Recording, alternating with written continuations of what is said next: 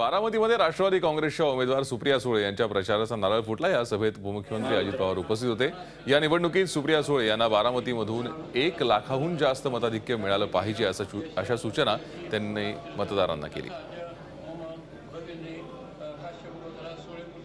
कवाडी गटांची असणारी साथ, आपल्या खोरीपाची असणारी साथ, ही सगळी बघितल्यानंतर बारामतीमधनं सुप्रियाला विरोधी पक्षाच्या उमेदवाराच्या पेक्षा 1 लाखाचं जास्त मताधिक्य मिळालं अडचणी। आम्ही पण तिथं आणि तेवढं मताधिक्य मिळालं।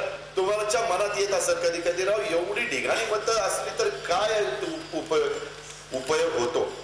मी ज्यावेळेस निवांत एकटा असतो किंवा प्रवासात असतो त्यावेळेस मी विचार करतो राव यांनी 1 लाखाचा पुन्हा बोजा डोक्यावर घातला म्हणजे कामं केली पाहिजे।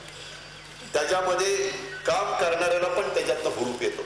पवार साहेब काम करतात, सुप्रिया काम करतात, सगळे संस्थांचे प्रमुख काम करतात, वेगवेगळे माझे पदाधिकारी काम करतात, संघटनेतले काम करतात।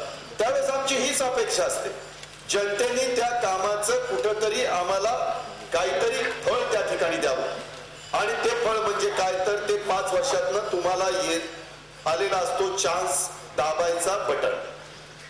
त्या पद्धतीने आपण ते बटन दाबलं तर आम्हाला हुरूप त्या ठिकाणी येतो। झी 24 तास रहा एक पाऊल पुढे।